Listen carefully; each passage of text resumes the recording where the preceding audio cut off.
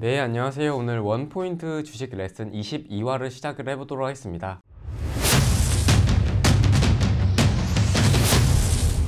오늘은 제가 진행을 맡은 유진투자증권 영등포지점에서 근무하고 있는 도현수라고 하고요. 오늘은 좀 특별한 분을 모셨습니다. 저희 회사 리서치 센터에서 근무하시는 분이고 한번 자기소개 한번 해주시겠습니까?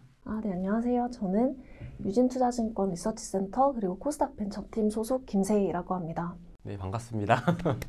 저희가 로봇 AI 쪽으로 정말 전문가분을 모셨고 오늘은 뭐 여러 가지에 대해서 말씀을 해보겠지만 제한된 시간이 있어가지고 특별히 이미지 생성 AI, 사실 저도 좀 생소한 개념이긴 한데 그거에 대해서 기업들은 뭐가 있고 산업 규모는 어떻게 되는지에 대해서 위원님의 말씀을 자세하게 한번 들어보는 시간을 좀 갖도록 하겠습니다. 근데 구독자분들도 아시겠지만 사실 어떤 걸 공부를 할 때 그 이유에 대해서 항상 먼저 짚고 가는 게 가장 중요하다고 생각을 해요. 그래서 2023년도에 특히나 이미지 생성 AI에 주목해야 되는 이유가 뭔지 한번 설명을 해주실 수 있으실까요? 네. 일단은 이미지 생성 AI라는 게 굉장히 좀 생소하실 수 있을 것 같은데요. 일단 연초부터 이제 저희 국내를 비롯해서 해외 모두 다 생성 AI에 대한 바람이 불었습니다. 이제 그 중에서도 저희가 챗GPT라는 걸 좀 많이 들어보셨을 것 같은데 챗GPT 같은 경우에는 저희가 대규모 언어 모델이라고 해서 이제 일반적으로 뭐 글쓰기라든지 언어 관련된 큰 모델으로 저희가 불리고 있고요. 이제 이거와 조금 다른 분류로 이제 될 수 있는 이미지 생성 AI 같은 경우는 이제 이미지를 저희가 어떤 자연어를 입력했을 때 이미지를 이제 내놓는 거고요. 제가 여기다 좀 더 주목하는 이유는 아무래도 실질적으로 이제 조금 더 이제 업력이 짧기 때문에 상대적으로 좀 주목을 못 받았는데 실제 사람들이 사용했을 때 어떤 직관성이라든지 뭐 인간의 어떤 창조 능력을 조금 더 산업단에서 활용해서 보여줄 수 있는 게 많다라고 이제 판단을 했고요. 특히나 이제 스테이블 디퓨전 같이 이제 좀 생소하실 텐데 제가 뒤에 뭐 따로 설명드리겠지만 뭐 오픈 소스로 이제 아예 공개를 하는 모델들이 많아졌기 때문에 이걸 활용한 어떤 특정 기업들의 어플리케이션 출시가 굉장히 올해부터 본격화될 거다라고 보고 있습니다. 실제로 빅테크들, 퀄컴 내지는 오픈 AI로 새롭게 출시한 모델들이 다 멀티 모델로 이제 이미지 관련된 어떤 AI들을 출시를 하고 있기 때문에 이제 이런 부분에 대한 주목이 이전에 못 받았기 때문에 조금 더 이제 집중이 되지 않을까라고 이제 기대를 하고 있습니다. 네, 챗 GPT부터 시작을 해서 업력이 얼마나 되지 않았다라는 점도 되게 인상이 깊고요. 직관성이랑 또 스테이블 디퓨전에 대해서 말씀을 해주셨는데 사실 저도 스테이블 디퓨전이라는 단어는 조금 생소하긴 해요. 그래서 그 부분에 대해서는 뒤에 한번 차후에 설명을 드릴 거고, 근데 위원님 제가 생각을 했을 때 그 이미지 생성 AI, 이미지 생성이라고 하면 직관적으로 생각을 했을 때 어떤 그림을 그려주는 걸까에 대해서도 생각이 들거든요. 요거에 대해서 개념 한 번만 정확하게 한번 짚어주실 수 있으실까요? 네, 저희가 이미지 생성 AI를 이제 텍스트 투 이미지 모델이라고 일반적으로 부르는데요. 이제 텍스트라고 하면 저희가 이제 컴퓨터 언어가 아닌 자연어라고 하죠. 한국어나 영어 이런 어떤 텍스트를 썼을 때 이미지로 이제 저희가 나오는 모델들을 이미지 생성 AI라고 일반적으로 부르고 있고요. 기본적으로 이미지부터 사실 이미지를 넣어서 편집, 배경이라든지 다른 부분의 편집까지 가능한 형태가 현재 나온 이미지 생성 AI다라고 봐주시면 될 것 같습니다.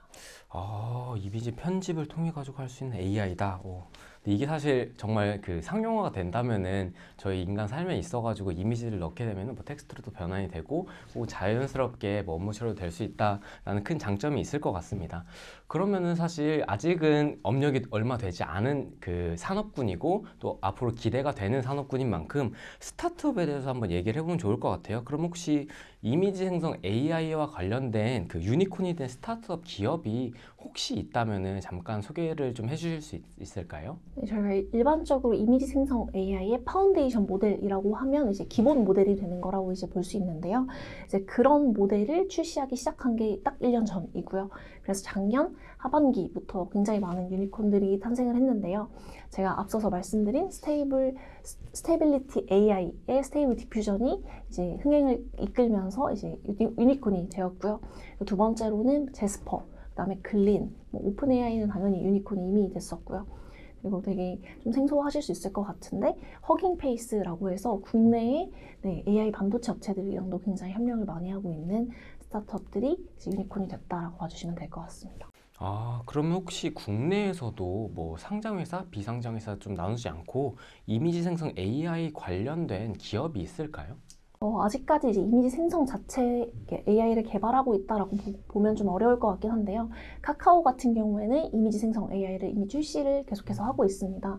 한 1년 동안 3, 4개 이상 계속해서 내고 있는데, 이제 자체 개발이라고 하기보다는 이제 오픈 AI가 출시한 달리2라고 하는 모델의 이제 API를 가지고 와서 굉장히 좀 작은 버전으로 만든 거고요. 이제 그거를 모바일 혹은 조금 더 다른 어플리케이션을 붙여서 만든 모델들을 이제 계속해서 출시를 하고 있고요. 이제 스타트업들은 굉장히 많은데, 이런 것들은 이미 출시한 모델들을 이제 응용해서 쓰는 업체들이기 때문에 사실 아직까지는 조금 시리즈 A 이전의 단계들이 굉장히 많습니다. 그래서 이제 저희가 상장사만 일단 봤을 때는 카카오 정도라고 볼 수 있을 것 같고요. 네, 이제 카카오 얘기하면 혹시 네이버는 어떤가요? 이제 네이버는 네이버는. 아무래도 많은 분들이 하이퍼클로바 얘기 많이 하실 것 같은데요. 이미 초거대 AI라고 하는 하이퍼클로바를 가지고 있고요. 다만 이제 이 친구의 역할은 그 대규모 언어 모델이라고 하죠. 그래서 이제 훨씬 더 범용적인 모델이긴 한데, 예를 들면 서치 GPT도 출시한다라고 하는데, 어쨌든 이 모든 것들의 기반이 되는 게 하이퍼 이제 클로바다라고 봐주시면 되고요. 다만 이미지 생성 기능은 아직까지는 없습니다. 아, 그렇구나.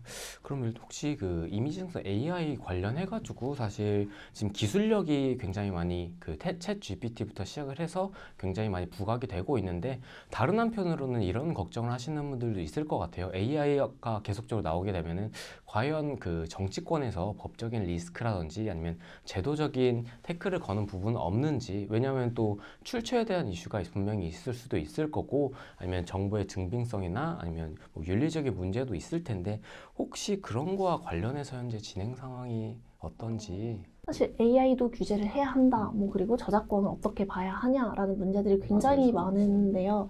네, 일단은 아직까지 저작권에 대한 명시적인 부분은 없고요. 다만 이제 미드저니라고 해서 이것도 이미지 생성 AI입니다. 얘도 마찬가지로 유니콘이 됐던 기업 중에 하나인데, 이제 얘네가 만든 창작물이 결과적으로 AI의 저작권을 인정해줘야 하냐라는 소송이 있었고요. 굉장히 많은 소송건들이 걸려 있는데, 그 중에서 일단 첫 번째 판례가 나왔습니다. AI에게는 이제 저작권이 없다라는 판결을 이제 내렸고요. 그래서 그렇기 때문에 저희가 이제 상업적으로 사용하는 게 아직까지는 가능하다. 추가적으로 어떤 특정 규제 체계가 나온다라고 하면 변동될 수도 있긴 하지만, 이제 미국 그리고 유럽의 일부 국가들은 실제로 AI 규제위원회를 설립을 한 상태고요. 국내도 이제 이런 움직임을 이제 조금씩 보이고 있는 단계다라고 봐주시면 될 것 같습니다. 사실 저도 생각을 해보면 물론 규제는 당연히 있어야 될 필요성이 있고, 그 규제를 아예 안 한다고 하는 것도 사실 말도 안 되는 거라고 생각을 하는데, 이 큰 방향성에 있어가지고 AI 그리고 이미지 생성 AI도 저도 이제 처음 듣게 되는데, 이거에 대한 방향성은 꺾이지 않을 거라는 생각이 조금 들긴 합니다. 왜냐하면 결국에는 기술은 발전을 하고 혁신을 통해서 세상이 진보를 한다라고 생각을 하고, 많은 분들도 그렇게 생각을 하기 때문에 사실 이 부분에 있어가지고 염두는 하되, 너무 그것 때문에 안 되는 거 아니야 안 되는 거 하시는 것보다는 위원님처럼 전문가분들의 말씀을 한 번씩 들어보시는 것도 참 괜찮지 않을까라고 생각이 됩니다. 그러면 이게 사실 시작된 지 그렇게 오래되지 않은 산업군이기도 한데, 그러면 이 시장에 이미지 생성뿐만 아니라 AI 시장 전반적인 규모랑 또 이렇게 초기 발달된 산업 같은 경우에는 VC의 투자 현황이 좀 중요하잖아요. 초기의 벤처 캐피탈의 투자 현황들이 어떤지 한번 그 목소리를 좀 들어볼 수 있을까요? 네. 일단은 사실 AI 시장 규모부터 말씀을 드리면, 이미 저희보다 훨씬 더 훌륭한 기관들에서 이제 전망치들을 많이 내놨습니다. 그래서 일단 가장 최근 자료로 먼저 말씀을 드리면, 2029년까지 약 1조 1,480억 달러까지 성장한다. 결국 CAGR, 그러니까 연평균 성장률로 한 38% 이상을 이제 언급을 한 건데요. 한 이 정도 사이즈가 저희가 일반적으로 보는 이제 AI에 대한 어떤 성장성을 볼 수 있는 데이터 같고요. 조금 더 다양하게 말씀을 드리면, 가장 긍정적인 기관이 CAGR, 그러니까 연평균 성장률 42%를 이제 전망치를 내놨고요. 그리고 가장 보수적인 곳이 26.7%였습니다. 그래서 가장 보수적으로 이제 보더라도 실질적으로 일반적인 평균 산업 성장률보다는 훨씬 더 높다라는 것들을 확인을 할 수 있을 것 같고요. 특히 이제 저도 VC 투자 현황을 많이 보려고 했는데, 작년 같은 경우에는 굉장히 이제 금리 인상 이런 이슈들로 인해서 VC의 업황이 좋지가 않았습니다. 그래서 절반 정도 이상 전체 투자 규모가 빠진 상태였는데요. 이제 작년 기준으로 저희가 봤을 때 그럼에도 불구하고 특히나 생성 AI 쪽으로 흘러 들어간 규모는 YOY로 한 70% 이상 증가를 했습니다. 전체 글로벌 트렌드와 반대로 가는 이제 그런 흐름들을 보이고 있고요. 또 가장 유니콘이 탄생이 많았던 부분도 이미지 생성 AI였다. 저희가 볼 수 있을 것 같습니다. 그러면 사실 AI 관련해가지고 네이버, 한국으로 따지면 네이버와 카카오 같은 기업들도 있는데 미국 주식 투자하시는 분들은 그러면 구글도 사실 있는 거고 뭐 테슬라도 AI 쪽으로 있는 거고 마이크로소프트도 있는 거고 아마존도 AI 쪽으로 있는 거고 애플도 있는 건데 이런 빅테크 기업들이 여러 개가 있는데 그 기업들 중에서는 저희가 어떤 기업에 조금 주목을 하는 게 좋을까요? 굉장히 이제 다들 많이 들어보셨을 것 같은데요. 지금은 마이크로소프트, 구글 이제 경쟁 구도로 많이 보시잖아요. 특히 이제 아마 오늘 밤에 이제 마이크로소프트 AI 데이가 예정이 되어 있습니다. 저희가 주목해 볼 수 있는 포인트들도 많은데 예를 들면 오픈 AI의 GPT-4가 이제 주말간 출시가 됐기 때문에 이제 이를 반영한 어떤 빙의 가능성을 높게 보냐. 예를 들면 저희가 구글의 이제 검색 엔진 MS를 1% 가지고 올 때 약 광고 시장 20조 원의 규모가 따라온다라고 해요.